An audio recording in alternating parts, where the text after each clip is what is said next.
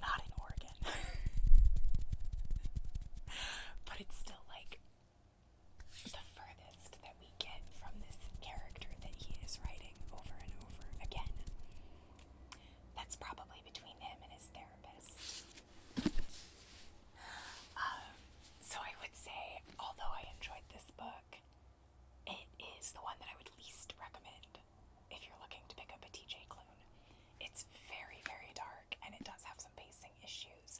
The twist, however, was one that I did not see coming, and like, it kind of takes a lot for me to not see the twist coming, so I did enjoy it for that. And in keeping with my theme, the next book that I read was Into the Drowning Deep by Mira Grant. Now, Mira Grant is an alternate pen name for Seanan McGuire. So again, this is an author that I have read a lot of this year. When she writes under the name Mira Grant, she is writing science fiction and horror. And this is both, but it definitely leans in hard on the horror element. This is the story of a scientific expedition funded by a movie production company looking for mermaids after the last production team that they sent out were all killed under mysterious circumstances. Our main character is the younger sister of one of the people killed on that first expedition. This gets dark, it gets scary. I was not convinced until literally the last 5 pages of this 440-ish page book that anyone was going to make it out alive. Some of the characters do die. I never felt like anyone was safe. It really scared the pants off of me, and I thoroughly enjoyed it. Also features a sapphic relationship. We have lesbian and bisexual representation. We have some fantastic autism representation in here. And deaf characters. So, very, very much enjoyed this book. Will probably look for more books by Mira Grant. Would recommend this if you like horror.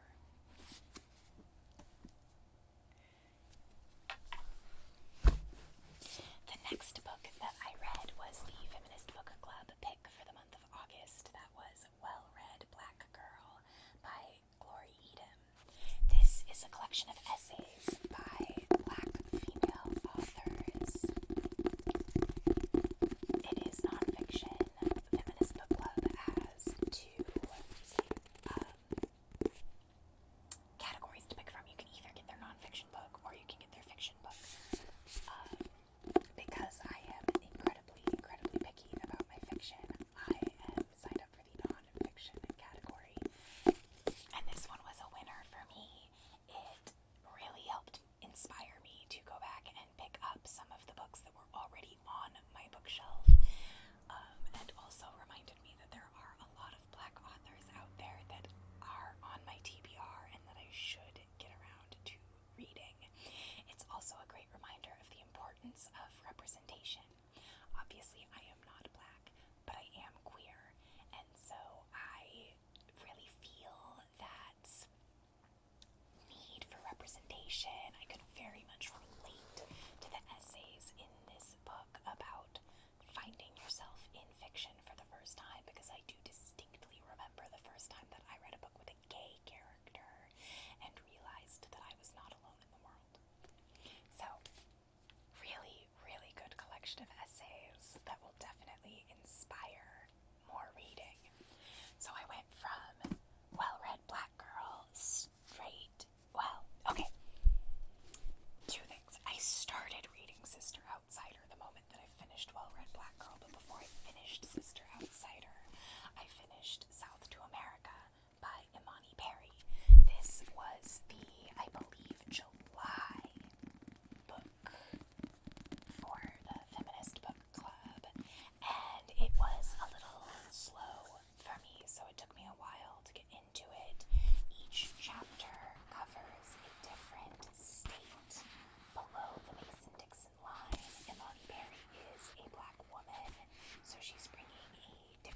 perspective to discussions of the South in America.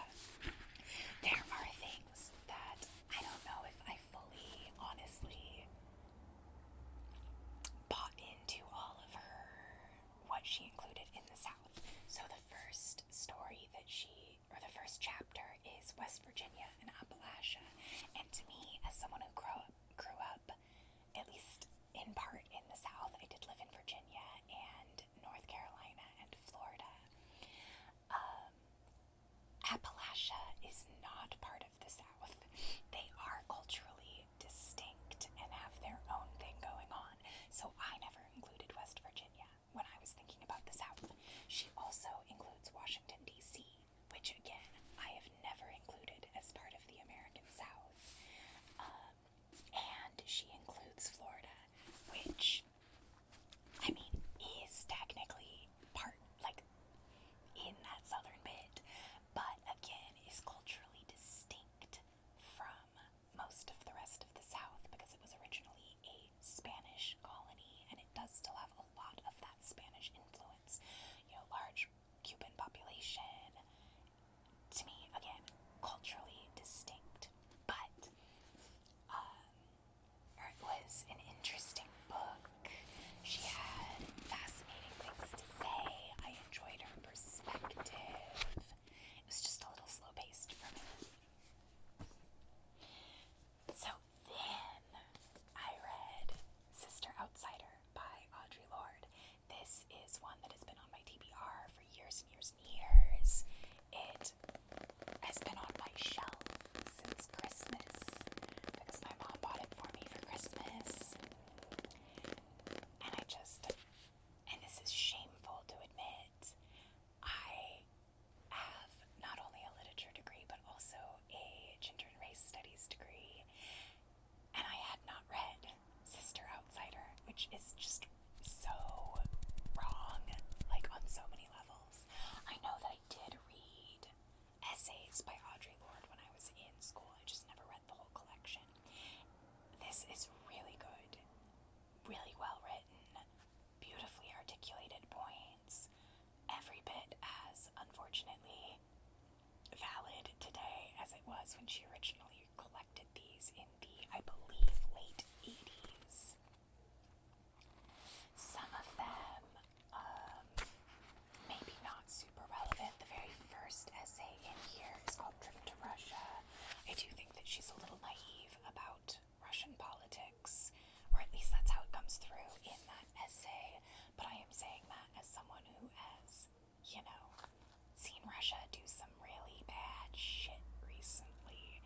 So, despite the fact that I very much empathize with her socialist leanings, I don't think Russia is the place that we should be praising. But again, this was written in the 80s, so very different in terms of political exchange with Russia at that point. Other than that, I really loved the essays, Uses of Anger.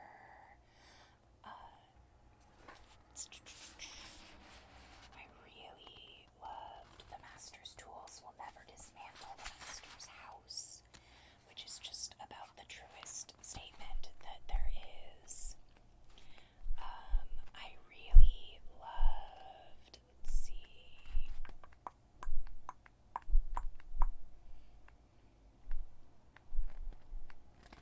where is it? Poetry is Not a Luxury. That was probably my favorite one in here. I think that essay is so spot on.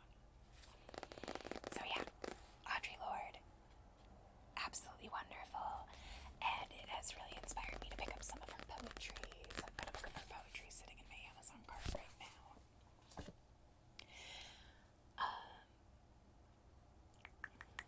So right from finishing Sister Outsider into starting Bad Feminist, but I finished a couple of books before I finished that. So the next book that I actually finished was Genius Foods by Max Lugavere.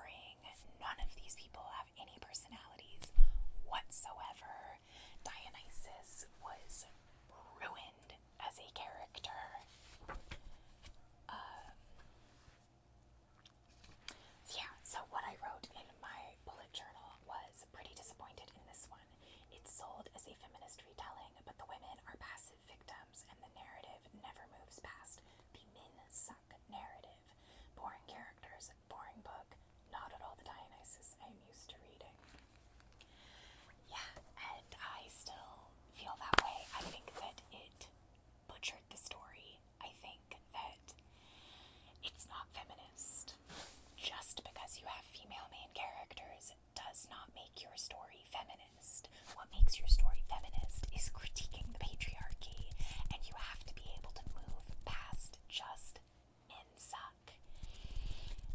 And it never moved past that. We never got any, exploration of why the men are behaving the way that they are, because they were forced into it by the circumstances of their own lives. We never got any, real critique of the patriarchal behaviors that forced those men into those sets, and just,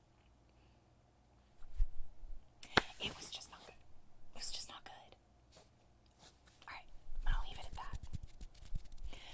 The next one that I finished was We Are Never Meeting in Real Life by Samantha Irby. This was, I believe, her first book, which I picked up because I really loved Wow, No Thank You, and I've got her newest book, Quietly Hostile, on hold at the library, but it is not in yet, and so I was using We Are Never Meeting in Real Life to sort of fill that humor gap for me.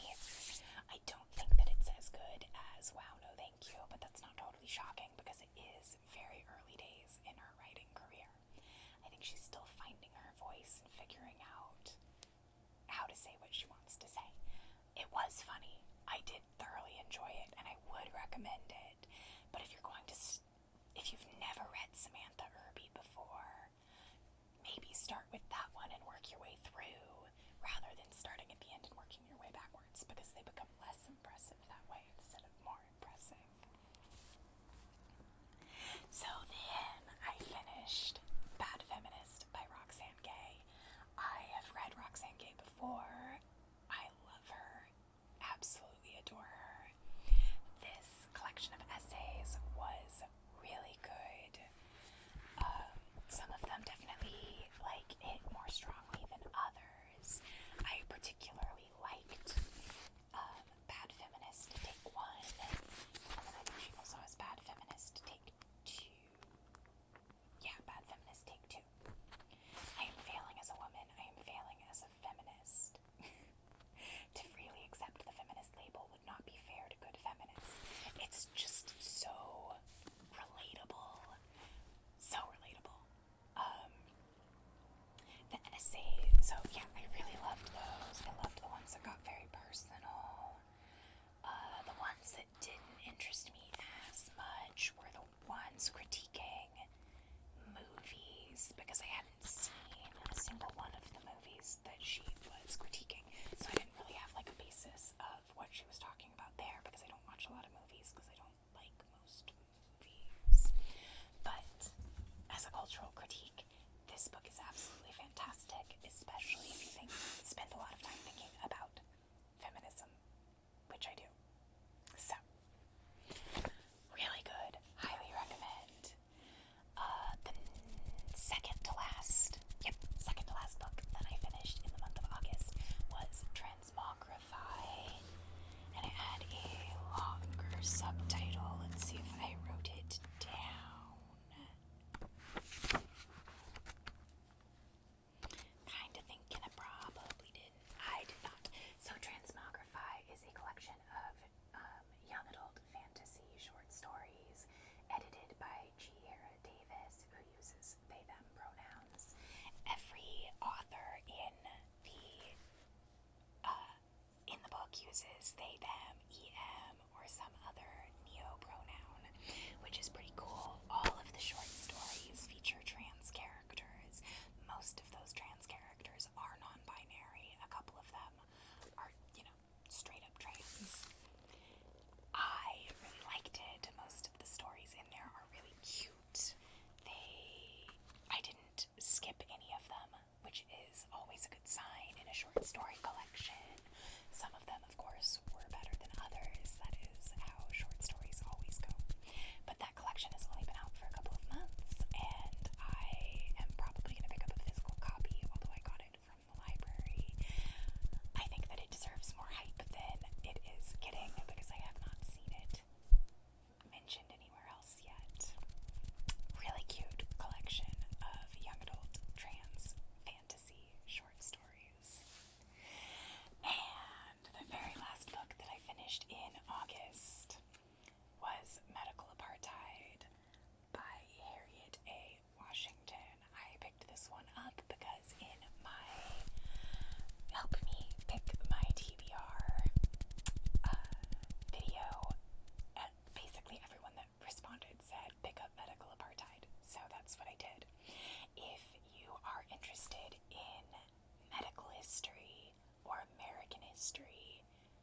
absolutely read this book. It is horrifying. It is graphic. It will make you cringe. It will make you angry. It will make you sick. But everything in here is so important for people to know. So this is the dark history of medical experimentation on Black Americans from colonial times to the present.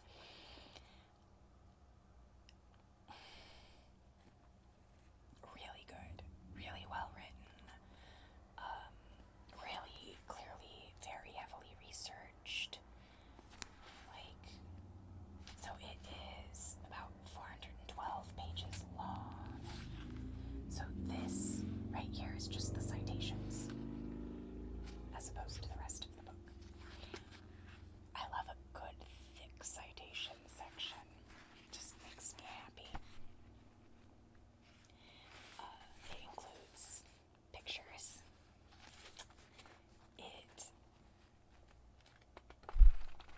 It does get very graphic, so if you have a hard time with body horror, watch out, but so good, such important information.